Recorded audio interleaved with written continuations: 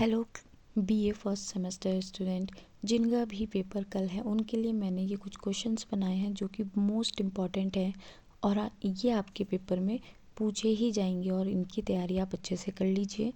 तो मेरा पहला क्वेश्चन है कि भारत में औपनिवेशिक शासनकाल के दौरान सिविल सेवा की संरचना कैसी थी। ठीक है, ये क्वेश्चन आपका आ सकता है। और इसी से रिलेटेड एक क्वेश्चन है कि सिविल सेवा की संरचना, ये दो मतलब आप अच्छे से प्रिपेयर कर लीजिए।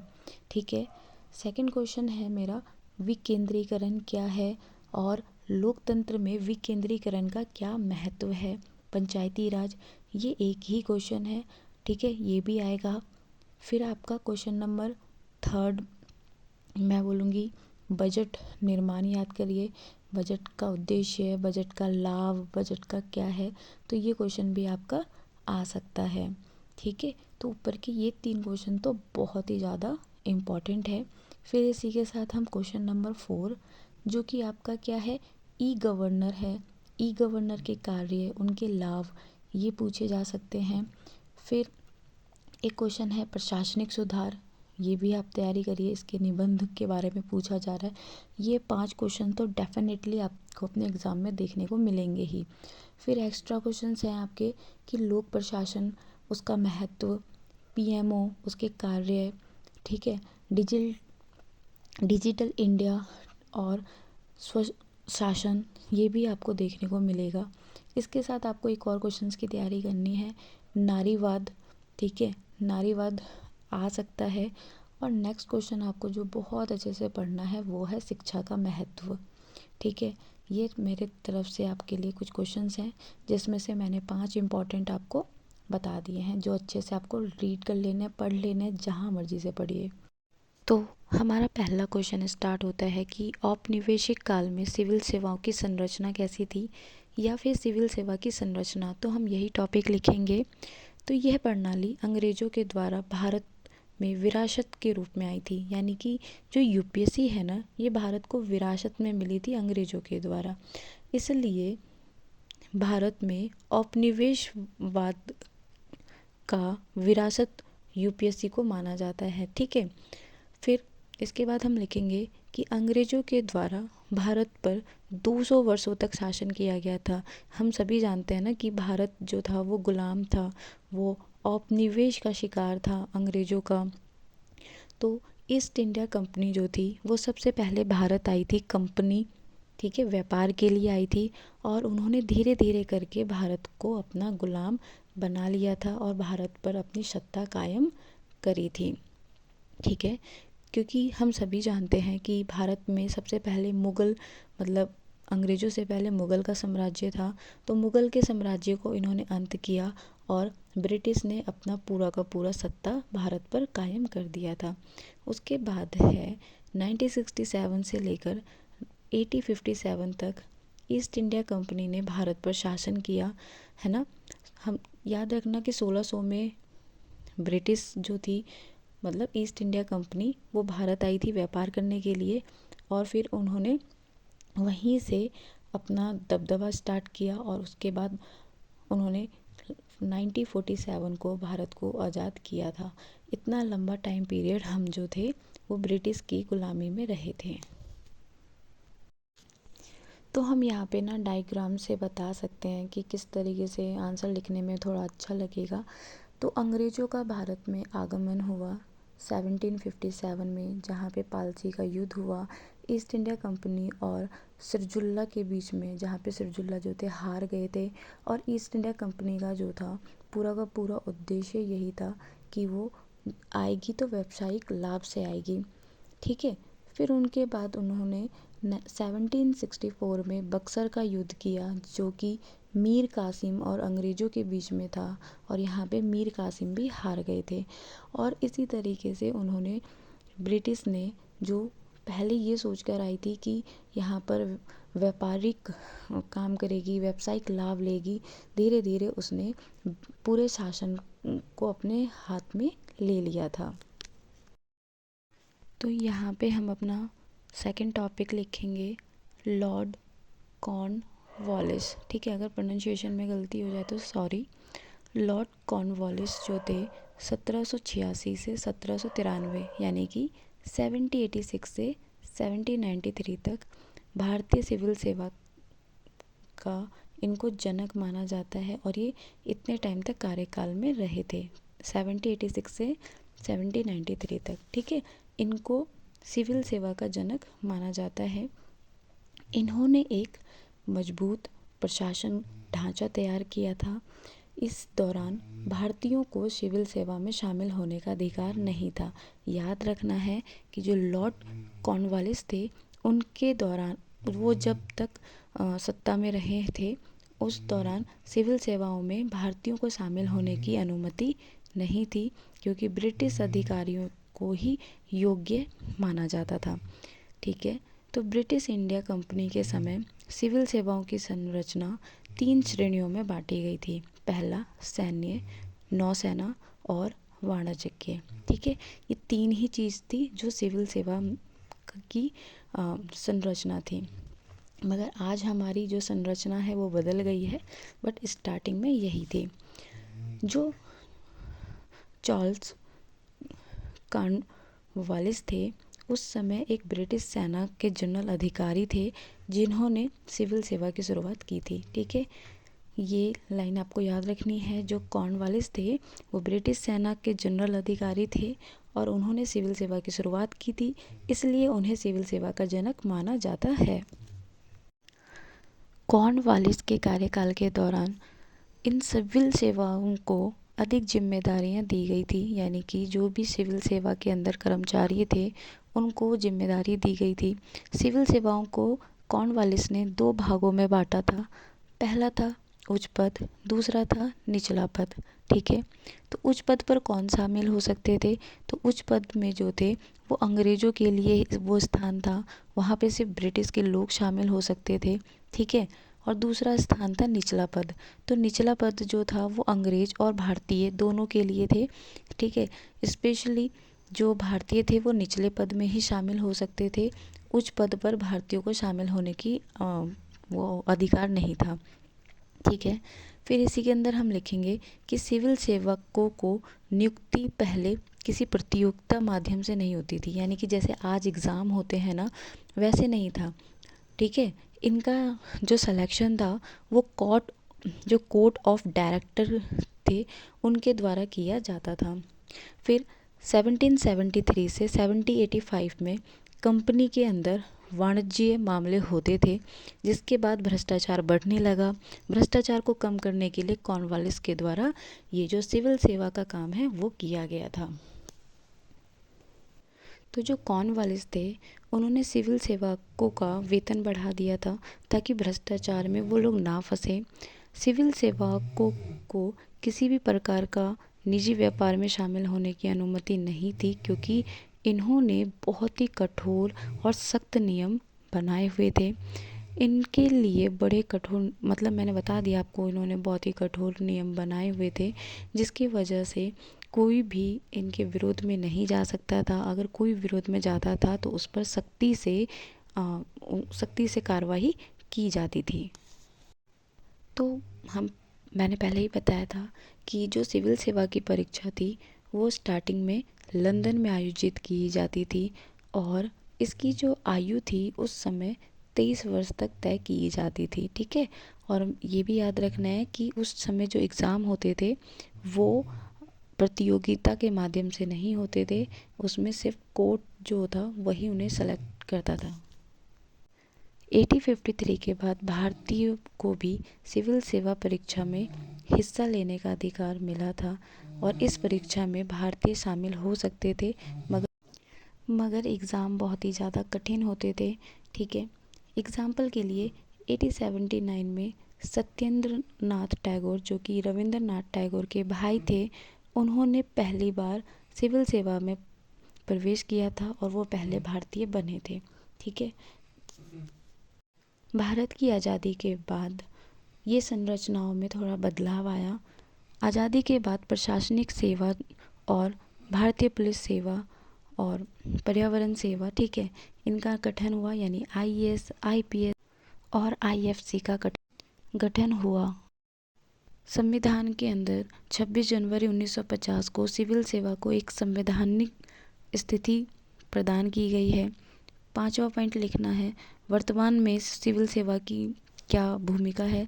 तो सिविल सेवा जो है संघ लोक सेवा आयोग के द्वारा करवाया जाता है, यानी यूपीएससी के द्वारा कराया जाता है। यूपीएससी 3 चरण में एग्ज़ाम कराती है, प्रीलिम, मेन और पर्सनालिटी टेस्ट। ठीक है। अखिल भारतीय सेवा परीक्षा वर्तमान जो आज है वो किसकी योजना है, तो कोठारी समिति और सतीश चंद्र समिति के द्वारा निर्धारित है। इसके आगे आपको निष्कर्ष लिखना है कि भारतीय सिविल सेवाओं की संरचना ब्रिटिश काल से ही हुई थी, धीरे धीरे ये विकसित होती गई और स्वतंत्र भारत में आज ये लोकतांत्रिक बनती जा रही है। ठीक है कि विकेंद्रीकरण क्या है, तो इसमें आपका क्वेश्चन आता है लोकतंत्र के अंदर, ठीक है, लोकतांत्रिक में विकेंद्रीकरण की भूमिका या लोकतांत्रिक विकेंद्रीकरण और पंचायत राज स्वशासन, ये क्वेश्चन आपका इम्पॉर्टेंट है।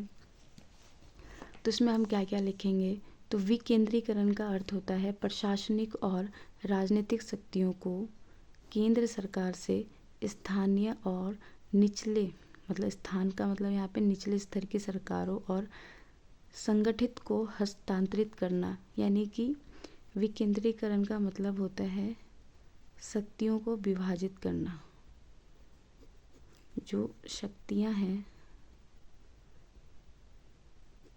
उसको विभाजित कर देना। ठीक है, केंद्र के हाथ में भी है, राज्य के हाथ में भी है, और जो स्थानीय शासन है उनके पास भी शक्तियाँ हो। ठीक है, उसी को कहते हैं विकेंद्रीकरण। इसका उद्देश्य ये है कि शासन को और भी अच्छा बनाना, प्रभावी बनाना, जनता के लिए केंद्रित करना, जनता की समस्याओं को सुनना और लोकतंत्र को और भी ज़्यादा मजबूत बनाना। ठीक है, इसके लिए विकेंद्रीकरण बहुत ज़्यादा महत्व रखता है। फिर है पहला पॉइंट, विकेंद्रीकरण क्यों महत्वपूर्ण है। तो जब केंद्र और राज्य सरकार, यानी कि हमें पता है ना कि जो सत्ता है, एक केंद्र के हाथ में शक्तियाँ होती हैं, दूसरी राज्य सरकार के हाथ में शक्तियाँ होती हैं। ठीक है, उसके बाद निचले स्तर पर कौन आती है, तो पंचायत, नगर निगम। ठीक है, निचले स्तर पर जैसे जिला, ब्लॉक और गांव में विकेंद्रीकरण किया जाता है। विकेंद्रीकरण का मतलब क्या हो, बांटा, शक्तियों को बांटा जाता है। ठीक है, विकेंद्रीकरण लोगों की भागीदारी और शासन पर नियंत्रण के माध्यम से लोकतंत्र को मजबूत बनाता है। यानी कि स्थानीय शासन में जब लोग भाग लेते हैं, पंचायत का चुनाव में भाग लेते हैं, तो इससे क्या होता है कि लोकतंत्र और भी ज़्यादा मजबूत बनता है।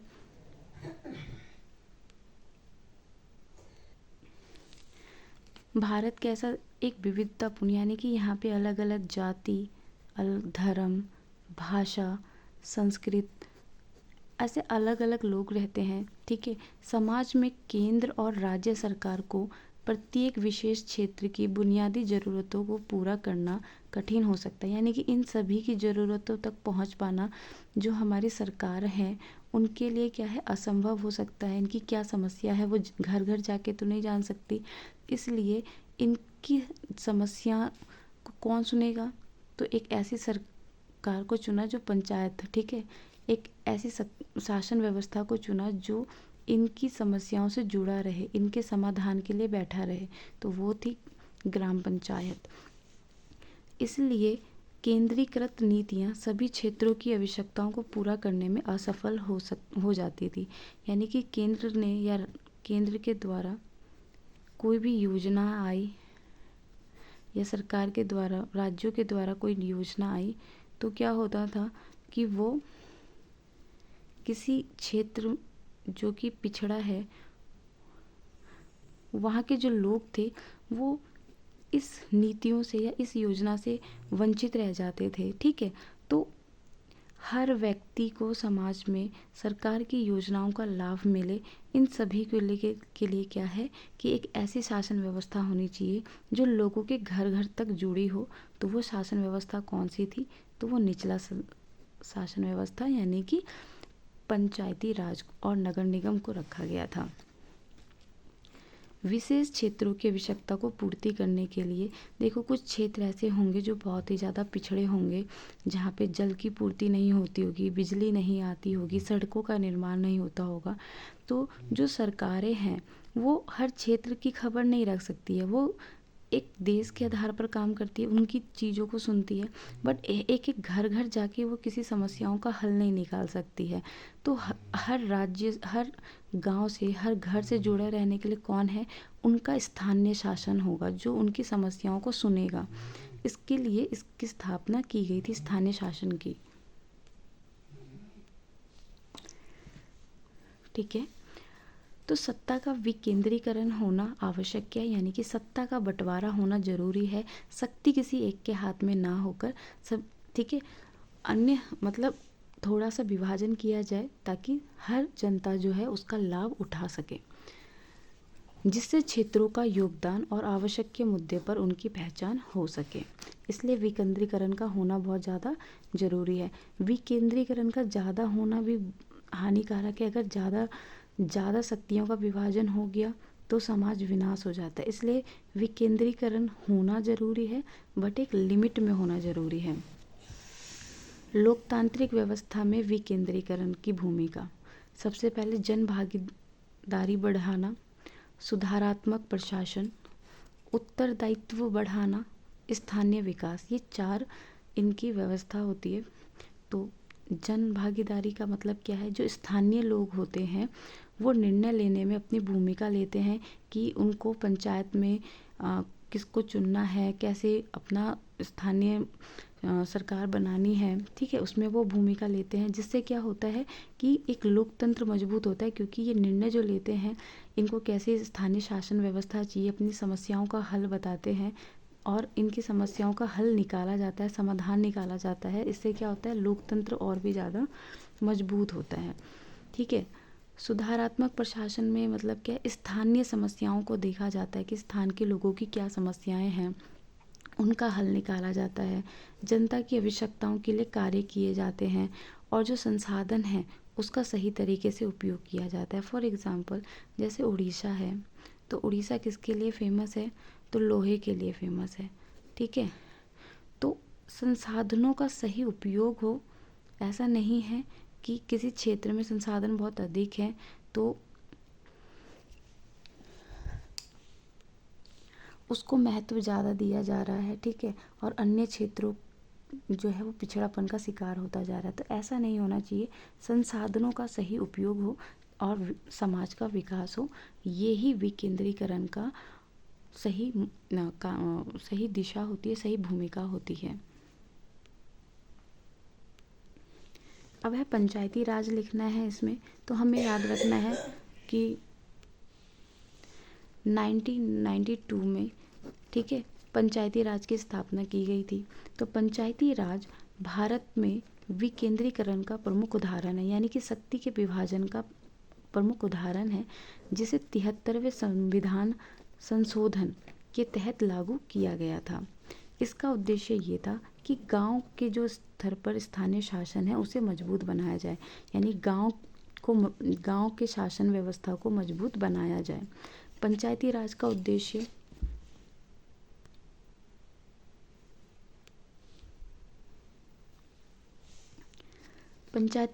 उद्देश्य क्या है?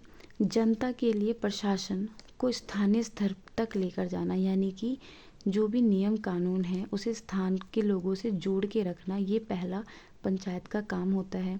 ग्राम स्तर पर लोगों की समस्याओं को सुनना, उनका समाधान करना, ये पंचायत का काम होता है कि गांव में जो क्षेत्र में लोग हैं उनकी क्या समस्याएं हैं उनको देखें। लोगों की, अगर वहाँ पे लोग बीमारी के शिकार हो रहे हैं तो उनको देखें, वहाँ के लोगों को सड़कों का निर्माण चाहिए तो उनके बारे में देखें, ठीक है, महिलाओं को किस तरीके से शिक्षित किया जाए, ये सारी समस्याओं का समाधान वो निकाले। ठीक है, कृषि व्यवस्था के बारे में देखें, कृषि की स्थिति देखें, शिक्षा, स्वास्थ्य, जल प्रबंध, कृषि जैसे क्षेत्रों में सुधार लाने के लिए पंचायती राज काम करती है। कमज़ोर वर्ग जैसे महिला, अनुसूचित, जनजाति, इन सभी को निर्णय लेने में भागीदारी बनाती है ताकि ये लोग सशक्तिकरण हो, मजबूत हो, समाज में ये पिछड़े ना रहें। ठीक है, कि जैसे पंचायत का जब चुनाव होता है तो हमारे भारत में क्या है कि जो वयस्क हैं, चाहे वो किसी भी लिंग से हो, कोई भी नस्ल से हो, कोई भी किसी भी तरीके से, उनके साथ भेदभाव नहीं होगा और वो अपने स्थानीय सरकार को चुन सकते हैं। इस तरीके से जो कमज़ोर वर्ग है वो ताकतवर बनेगा। फिर है थोड़ा सा याद रखना, भारत में 73वां संविधान संशोधन के तहत भारत में 11वीं और 12वीं अनुसूची, ठीक है, अनुसूची देखो संशोधन 73वां हुआ था और इसको अनुसूची 11वीं 12वीं में रखा गया था, जिसमें पंचायती राज को 11वीं में रखा गया है और नगर निगम को 12वीं अनुसूची में रखा गया है। पंचायती संस्थानों को 29 कार्य और शहरी स्थानीय संसाधनों को 18 कार्य इसमें सौंपे गए हैं। ठीक है, तो देखो ये फिगर बना लेना। 1992 में भारतीय संविधान के तहत 73वां और 74वां संशोधन के तहत पंचायती राज को दर्जा दिया गया। ठीक है, इसमें त्रिस्तरीय संरचना रखी गई है। त्रिस्तरीय में क्या क्या है, ग्राम पंचायत, ब्लॉक स्तर और जिला परिषद। ठीक है, इस तरीके से रखा गया है इनको। फिर नेक्स्ट पॉइंट लिखना है ग्राम पंचायत मतलब त्रिस्तरीय पे। अब ये क्या कार्य करती है, तो जो स्थानीय समस्याओं का हल निकालती है। देखो हर क्षेत्र के स्थान के लोगों को कोई ना कोई समस्या होती होगी, चाहे जल की होती होगी, चाहे कृषि व्यवस्था की होती होगी, है ना, या भाषा के आधार पर जो अल्पसंख्यक होते होंगे उनको होती होगी, तो उन्हीं समस्याओं का हल निकालती है। सड़क, पानी, स्वास्थ्य जैसी सुविधाएं जो है वो प्रदान कराती है। कर व्यवस्था जो है, ठीक है, उसका विकास योजनाओं में विकास के लिए खर्च करती है। फिर है आपका पंचायत समिति। तो देखो ब्लॉक स्तर पर कार्य करती है ये। ठीक है, पंचायत समिति को ब्लॉक स्तर कहा जाता है। तो ये हर ब्लॉक में हर, ठीक है, आप सुनते हो कि बी ब्लॉक, सी ब्लॉक, है ना, तो हर कॉलोनी में कार्य करती है। ग्राम पंचायतों की सहायता और निगरानी करती है। क्षेत्रीय विकास योजनाओं का प्रबंध कराती है, यानी कि हर क्षेत्र का विकास हो वो सारी योजनाओं के बारे में सोचती है, उनका प्रबंध कराती है। फिर है नेक्स्ट है जिला परिषद। तो जिला स्तर पर जिला का विकास करने की योजना देखी जाती है। ग्राम पंचायतों की सहायता और निगरानी करी जाती है। ठीक है, तो ये थे आपके पंचायत राज। सॉरी, थोड़ी सी वीडियो आई थिंक ब्लर हो गई थी। आई होप अभी आपको दिख रहा होगा। फिर है चौथा पॉइंट लिखना है पंचायती राज के मुख्य कार्य क्या क्या हैं। सबसे पहला प्रशासनिक कार्य, तो इसमें हम क्या क्या लिखेंगे, तो ग्राम पंचायत स्तर पर शांति और कानून व्यवस्था बना के रखना। पहला काम तो यही है कि भाई गांव के अंदर शांति और कानून व्यवस्था बनी होनी चाहिए। ऐसा नहीं है कि अगर इस गांव के अंदर दलित जाति रह रही है तो इसके साथ शोषण किया जा रहा है। ठीक है, ऐसा नहीं होना चाहिए। हर जाति, हर वर्ग के लोगों को अपना जीवन खुलकर जीने का अधिकार होना चाहिए और यही काम स्थानीय शासन का होता है, ये देखना कि यहाँ पे लोग जो हैं वो अपना विकास कर रहे हैं या नहीं कर रहे हैं, उनकी क्या समस्याएं हैं, उन्हीं को समझा जाता है। ठीक है, जन्म और मृत्यु पंजीकरण का प्रबंध कराया जाता है। सरकारी योजनाओं को लागू यहाँ पे किया जाता है। सरकार जैसे कि प्रधानमंत्री योजना के तहत प्रधानमंत्री के द्वारा कोई योजनाएं आती हैं, चाहे वो बेटी के लिए हो, चाहे माता के लिए हो, ठीक है, या फिर कृषि व्यवस्था के लिए हो, तो वो सारी योजनाएं जो होती हैं वो गांव-गांव तक या फिर जिस क्षेत्र में जो लोग अपने स्थानीय सरकार को चुनते हैं वो उनको बताती है। फिर है विकास के कार्य। तो देखो सर, जो पंचायत होती है या फिर नगर निगम पालिका होती है वो क्या करती है, अपने क्षेत्र में विकास करती है, जिनको हम चुनते हैं। जैसे एमसीडी का इलेक्शन होता है तो हम अपने इधर के नगर पार्षद को चुनते हैं ना, तो वैसे ही गांव में भी होता है। 73वां 74वां के संशोधन के तहत क्या होता है, हम अपने जो ब्लॉक है या फिर जो हमारे क्षेत्र के लोग हैं उनको चुनते हैं, ताकि वो हमारी कॉलोनी का, हमारे क्षेत्र का विकास कर सकें। ठीक है, सड़कों का, जल का, सीवेज का, स्वच्छता का ख्याल रखें। ऐसा नहीं है जैसे कि अगर मान के चलिए हम एक शहर में रह रहे हैं ना, कोई एक कॉलोनी है और यहाँ पे बहुत गंदगी है, तो हम क्या करेंगे, हम किससे बोलेंगे, एमसीडी की तरफ जाएंगे, जिनको हमने जिताया होगा उनसे हम बात करेंगे, अपने नगर निगम पार्षद से बात करेंगे, ताकि वो क्या कर सके, हमारी कॉलोनी को साफ़ कर सके, सड़कों का साफ़ कर सके, नालियों को साफ़ कर सके। ठीक है, अगर हमारे इधर सड़कें नहीं बनी है, कच्ची पक्की बनी है, तो उनका विकास करें।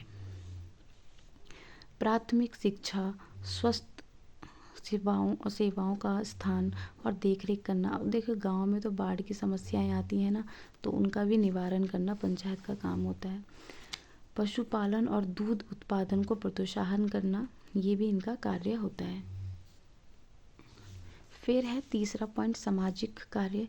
तो बाल विकास, महिला सशक्तिकरण के बारे में बात करता है, यानी कि गर्भवती महिलाएं हैं उसका विकास के बारे में सोचता है, उसके सही तरीके से गर्भवती महिलाएं जो है उन्हें इंजेक्शन लग रहा है, नहीं लग रहा है, गर्भवती महिला को कोई समस्याएं तो नहीं है, उन सभी चीज़ों के बारे में सोचता है। बच्चों के विकास के बारे में सोचता है, बच्चों की शिक्षा के बारे में सोचता है, बच्चे कुपोषण ना रह जाए, हर किसी को खाना मिले, उन्हीं के विकास के बारे में सोचता है। बाल विवाह जैसे चीज़ों पर, दहेज प्रथा और कुप्रथाएं जो समाज में चल रही हैं उनको रोकने का काम करता है। लिंग भेदभाव को ख़त्म करने का काम भी इसी में आता है। हर क्षेत्र का विकास हो, लिंग भेदभाव खत्म हो, हर महिला को पढ़ने का अधिकार हो, हर जाति के लोग अपना स्वतंत्र जीवन जी सके, यही इनका काम होता है। लोगों को शिक्षित करना और समाज की बुराइयों का अंत करना, ये इनका काम होता है। जातिवाद, नस्ल, धर्म के आधार पर जो विवाद होते हैं उनको सुलझाना और एकजुट करके समाज को चलाना, ये इनका कार्य होता है।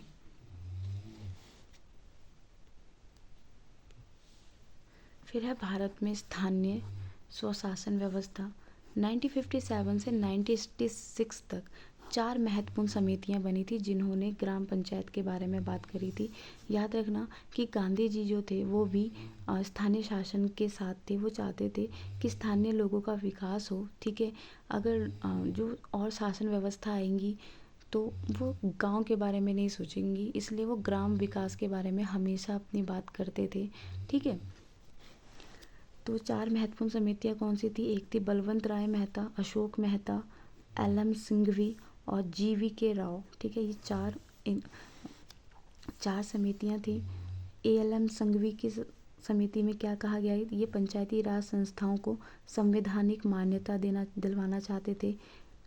ठीक है, पंचायती राज ऐसी हो जो न्याय पर आधारित हो, लोगों को न्याय देती हो। अशोक मेहता में क्या था, जिला परिषद को ये प्रमुखता देना चाहते थे, नियमित चुनाव होने चाहिए। जो राव जी थे वो क्या चाहते थे, तो पंचायत को संवैधानिक, ठीक है, संवैधानिक मतलब बनाने की मांग करते थे, इनको मान्यता की मांग करते थे। ठीक है, और चुनाव में सभी दलों को भाग लेना चाहिए, ये उसकी बात करते थे।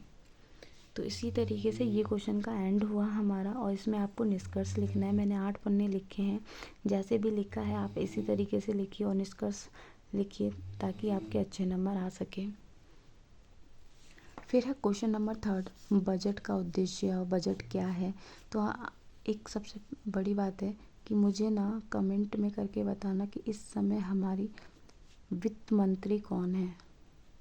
ठीक है, अभी बहुत लोग सोशल मीडिया से जुड़े होंगे और बहुत वायरल एक रील हो रही है बजट को लेकर। ठीक है, प्लीज़ मुझे कमेंट करके बताना इस समय हमारी वित्त मंत्री कौन है।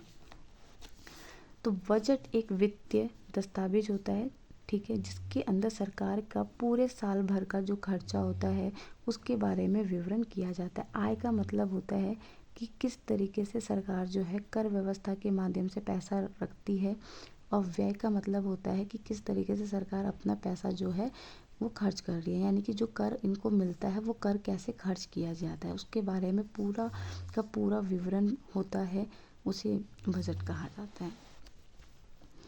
भारतीय संविधान के अंदर अनुच्छेद 112 में, ठीक है, बजट को रखा गया है, बट इसका नाम क्या है, इसे वार्षिक वित्तीय विवरण कहा जाता है। राज्यों में विकास की समस्या हमेशा बनी रहती थी।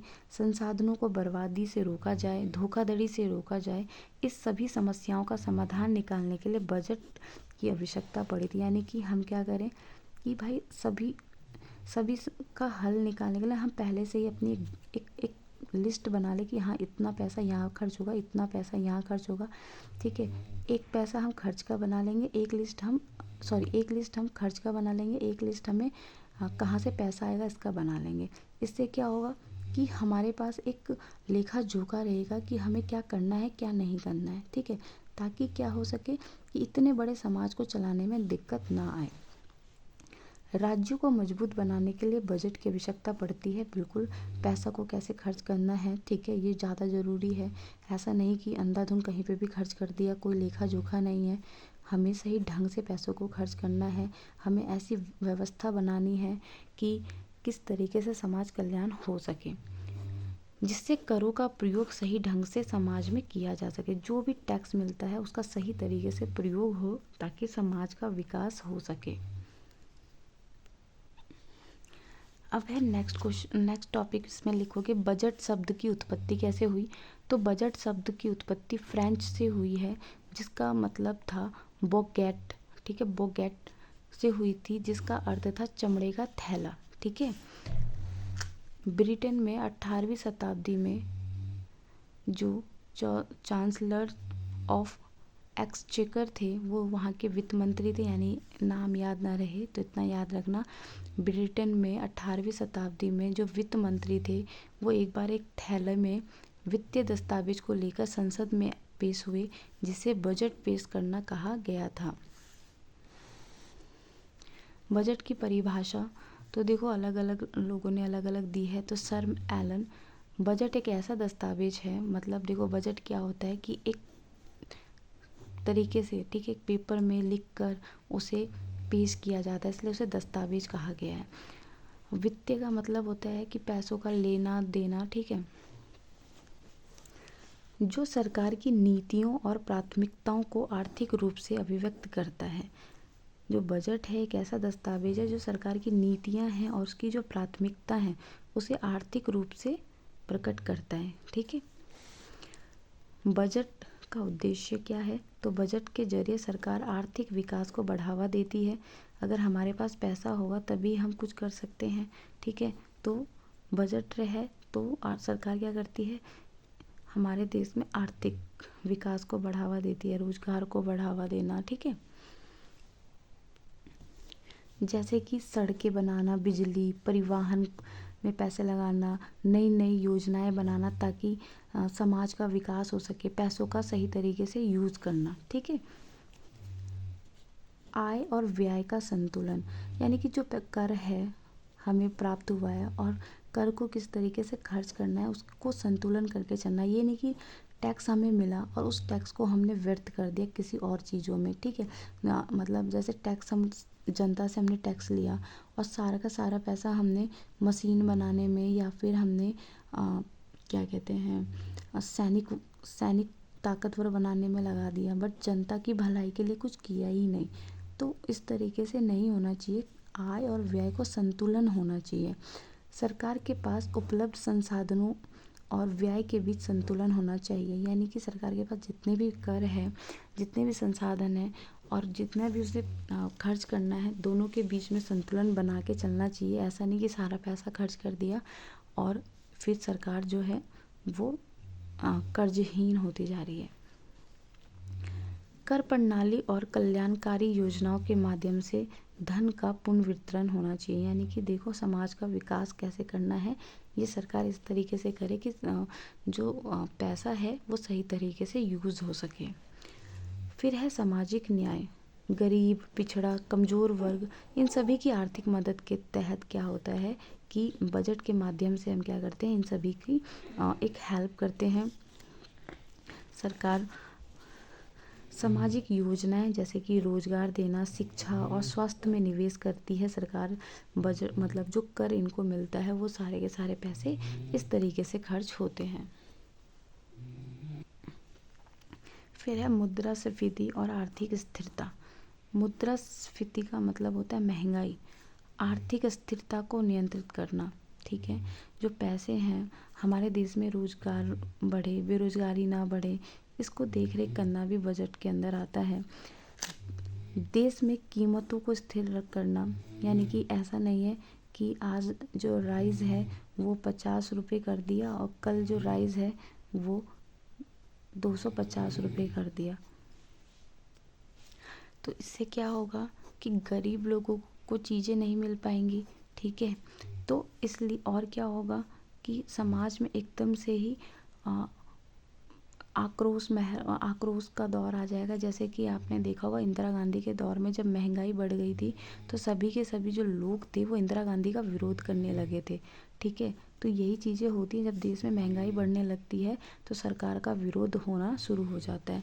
इसलिए कीमतों की स्थिरता होना बहुत ज़रूरी है। जैसी कीमत बढ़ने लगे तो समझ जाना चाहिए कि हमारे देश की जो अर्थव्यवस्था है वो नीचे होती जा रही है।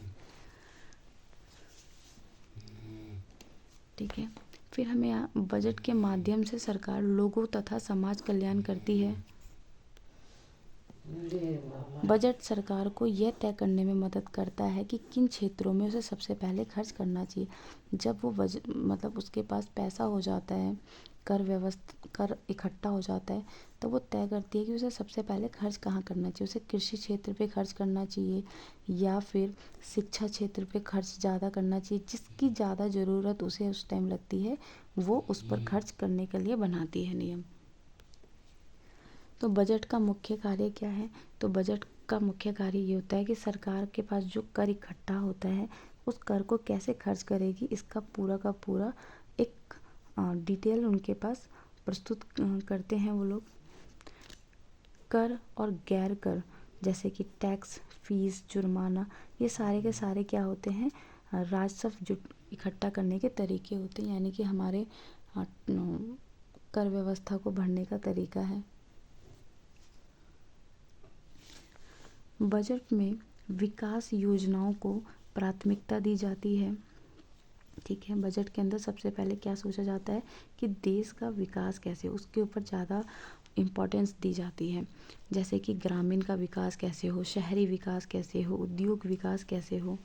फिर बजट के अंदर देखा वृद्धा पेंशन, विधवा पेंशन, विकलांग पेंशन, बीपीएल कार्ड और धारकों की सब्सिडी जैसे प्रावधान करवाए जाते हैं बजट के लिए। बजट के बाद फिर स्वस्थ सुविधाएं, शिक्षा, बिजली, पानी और परिवहन जैसी सुविधाओं के लिए भी धन का बंटवारा किया जाता है बजट में हमेशा याद रखना पैसा कहाँ से आता है, तो जो टैक्स हम लोग देते हैं वही उनके पास, सरकार के पास पैसा इकट्ठा होता है, वही सारा पैसा इन सब चीज़ों में बटता है। बजट के माध्यम से ये तय किया जाता है कि कर प्रणाली के तहत किससे कितना कर वसूला जाएगा। याद रखना बजट के तहत क्या तय किया जाता है, टैक्स कैसे वसूलना है। ठीक है, बजट के तहत ये भी तय किया जाता है कि किन क्षेत्रों पे खर्चा हमें अधिक करना है, किस पर नहीं करना है। मतलब किस क्षेत्र पर, जैसे कि अभी हमें टेक्नोलॉजी पे ज़्यादा खर्च करना है, या हमें सैनिक पे ज़्यादा खर्च करना है, या हमें शिक्षा पे मतलब एजुकेशन सिस्टम पे कहाँ ज़्यादा खर्च करना है, ये देखा जाता है। सेना और सुरक्षा बलों पर बजट में पर्याप्त धनराशि आवंटित करी जाती है। यानी कि जब बजट आता है तो उसका सेना और सुरक्षा बलों पर पैसा खर्च किया जाता है। तो इसी के साथ हमारा ये थर्ड क्वेश्चन भी कंप्लीट हुआ। ठीक है, जैसे मैंने लिखा है भाई इसी तरीके से अपने पॉइंट्स को लिखना। और मेरे बैकग्राउंड में आपको आवाज़ आ रही होगी तो प्लीज़ सॉरी, क्योंकि मैं रात के अभी 3 बज रहे हैं या 2:30 बज रहे हैं मुझे नहीं पता, 3:15 हो रहे हैं और ये मैं रिकॉर्डिंग कर रही हूँ क्योंकि कल आपका एग्ज़ाम है इसलिए। और प्लीज़ वीडियो को लाइक और शेयर ज़रूर करिए क्योंकि इतनी मेहनत से वीडियो बनाई जाती है। ठीक है, फिर है नेक्स्ट क्वेश्चन 4, ई गवर्नेंस। देखो ये सारे के सारे इम्पॉर्टेंट है और मैंने अच्छे से लिखे हैं, आप पढ़ लीजिए। और मेरा ये नोट आपको मेरे टेलीग्राम पे मिल जाएगा। और मेरा टेलीग्राम ग्रुप आप उसका मतलब क्या है कि देखो सूचना संचार में टेक्नोलॉजी का आ जाना। ठीक है, जिसे ICT कहा जाता है। भाई टेक्नोलॉजी के माध्यम से सरकार किस तरीके से कार्य करेगी।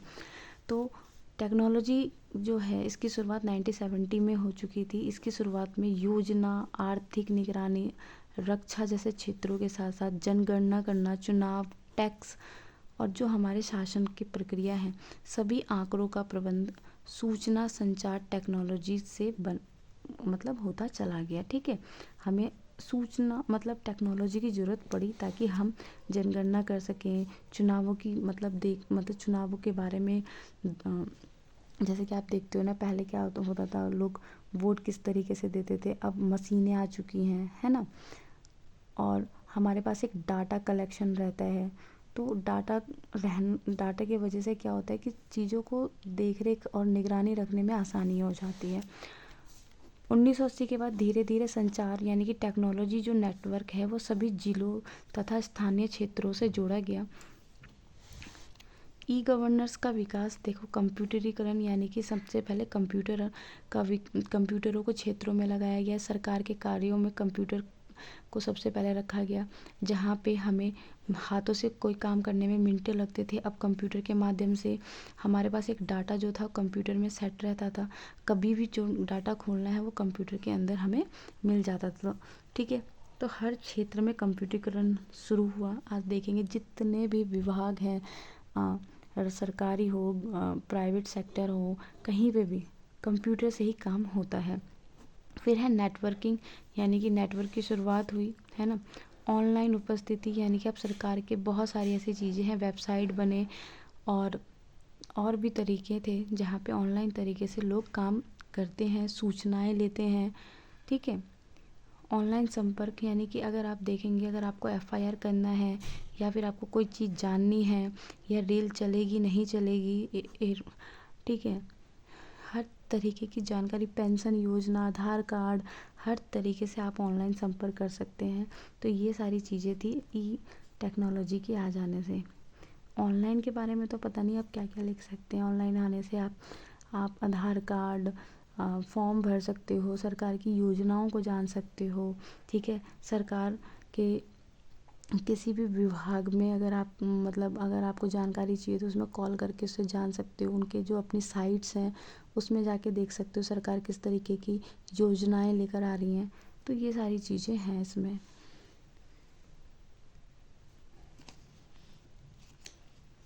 फिर ई गवर्नर की विशेषता, ई गवर्नर का अर्थ है स्मार्ट सरकार। ठीक है, स्मार्ट यानी कि सबसे पहले जितना ज़्यादा संभव हो सके नौकरशाही की प्रक्रिया को सीमित किया जाए। ठीक है, नौकरशाही यानी कि जो हमारी UPSC IAS IPS ऑफिसर्स जो होते हैं वो मतलब उनकी जो प्रक्रिया है उनको सीमित कर दिया जाए, कहीं भ्रष्टाचार ना हो जाए, इस तरीके की चीज़ों से। फिर M यानी भ्रष्टाचार को ख़त्म करना और नैतिकता को स्थापित करना। ठीक है, फिर A यानी कि सरकार जो है वो जनता के प्रति जवाबदेह रहेगी। सरकार के कार्य योजना जनता तक क्या है, टेक्नोलॉजी के माध्यम से जनता तक सारी चीज़ों को पहुंचाया जा सके। पहले टेक्नोलॉजी नहीं थी तो सरकार कोई भी योजना लाती थी उसे बहुत टाइम लग जाता था जनता तक पहुंचने में। मगर टेक्नोलॉजी के आ जाने से क्या है, कोई भी सरकार की कोई भी योजना है तुरंत सभी राज्यों में, क्षेत्रों में पहुंच जाती है। ठीक है, सरकार सभी योजनाओं को टेक्नोलॉजी के माध्यम से जनता तक रखना चाहती है, जनता के सामने रखना चाहती है।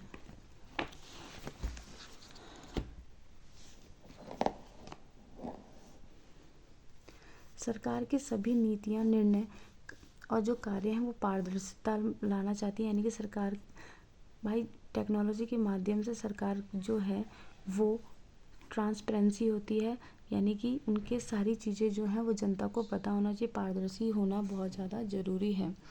ई गवर्नेंस में शासन और प्रशासन तथा सूचना तकनीकी का एकीकरण हो गया। यानी जो शासन है, प्रशासन है, जो हमारी टेक्नोलॉजी वो सब एक हो गए, यानी कि सब एक में जुड़ गए हैं।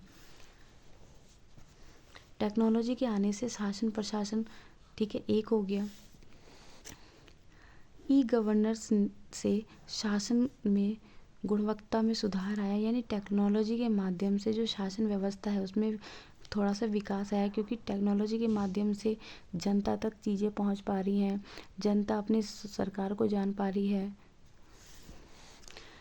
इसके माध्यम से नागरिकों को सूचना मिलती है, नागरिक को अपना प्रतिनिधित्व पता चलता है, उनकी सहभागिता इसमें बढ़ती जा रही है। ई गवर्नेंस शासन प्रशासन सूचना तकनीकी को एक किया गया जिसका उद्देश्य था पारदर्शिता लाना और सरकार को कुशलता बनाना, जैसे कि ई लोकतंत्र, ई नागरिक और ई प्रशासन। ठीक है, टेक्नोलॉजी के माध्यम से नागरिक को ज़्यादा से ज़्यादा सूचना देना, जागरूक करना, लोकतंत्र को मजबूत बनाना और हमारे प्रशासन को और भी ज़्यादा बेहतर बनाने की क्रिया करना। जो ई गवर्नेंस है, शासन में कागजी जो कार्रवाई होती थी तो लंबा टाइम लगता था, बट अब कागजी कार्रवाई के लिए आपको लाइन में लगने की ज़रूरत नहीं है। आप ऑनलाइन साइट खोलेंगे गवर्नमेंट की और आपका काम जो है वो तुरंत हो जाता है ना। तो कागजी काम तुरंत कर दिया जाता है। नागरिक तथा सरकारी सेवाएं आसानी से, कोई भी सरकार की योजना है वो आसानी से नागरिक तक पहुंच जाती है, जैसे कि ऑनलाइन आधार कार्ड, पासपोर्ट, ऑनलाइन एफआईआर सुविधाएं हैं। ठीक है, ये सारी चीज़ें हैं। ई गवर्नेंस का लाभ, नागरिकों को लाभ, सरकारी कामकाज को ऑनलाइन मोड कर देने से जनता के लिए बहुत ज़्यादा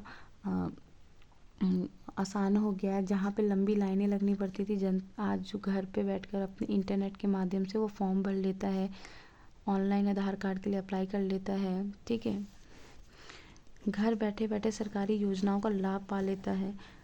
ठीक, पेंशन का फॉर्म भर लेना, पेंशन विभाग में पैसा क्यों नहीं आ रहा उसको ऑनलाइन चेक कर लेना, काम काज में भ्रष्टाचार का ख़त्म करना, ये उद्देश्य था ई गवर्नेंस का।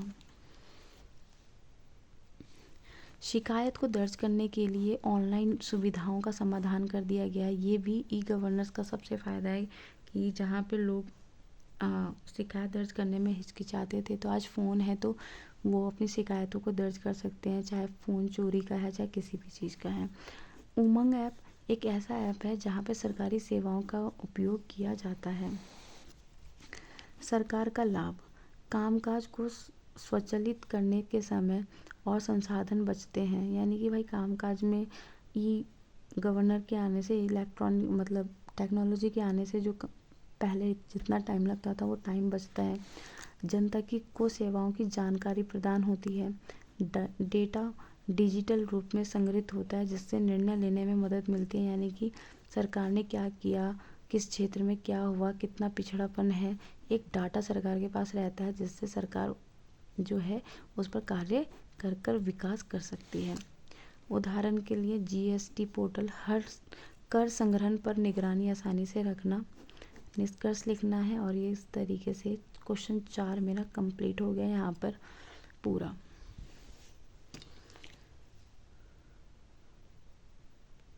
देखिए, अब आपका प्रशासनिक सुधार है या सिविल सेवा से रिलेटेड क्वेश्चन है। सिविल सेवा का मैंने बता दिया, वही सारे पॉइंट्स थोड़े बहुत इसमें लिख दीजिए। प्रशासनिक सुधार में यही है कि पेंशन, ठीक है, अब क्या होता है कि समाज विकास के बारे में सोचना, आर्थिक विकास के बारे में सोचना, जन कल्याण के बारे में सोचना। ठीक है, किस तरीके से महिलाओं का विकास हो सके, किस तरीके से जो पुरानी कुप्रथा है उसको ख़त्म किया जा सके, प्रशासन में जो भ्रष्टाचार है उसे ख़त्म किया जा सके। ठीक है, भ्रष्टाचार बढ़ता जा रहा है, चाहे अगर आपको कोई भी नौकरी चाहिए तो उसके अंदर पैसों की डिमांड होती है या फिर वो अपने फैमिली मेम्बर्स को लगाते हैं, तो उसको ख़त्म करना चाहिए। यही सारी चीज़ें इसके अंदर लिखनी है। फिर एक क्वेश्चन है आपका नारीवाद, तो भाई नारीवाद लिख लेना। नारीवाद में सबसे पहले पितृसत्ता समाज लिखना। पितृसत्ता समाज का मतलब होता है जहाँ पे महिलाओं को दूसरा स्थान मिला है, सारी शक्ति सिर्फ और सिर्फ पिता के हाथ में होती है, इनको यहाँ पे सिर्फ वंश बढ़ाने के लिए समझा जाता है। ठीक है, यहाँ पे महिलाओं को शिक्षा का अधिकार नहीं था, पढ़ने बोलने का अधिकार नहीं था। धीरे धीरे महिला को राजनीतिक अधिकार मिला। ठीक है, राजनीतिक अधिकार मिला, बोलने अभिव्यक्ति का अधिकार मिला, शोषण के विरुद्ध बोलने का अधिकार मिला। इस तरीके से महिलाएं जो हैं वो विकसित होती चली गई।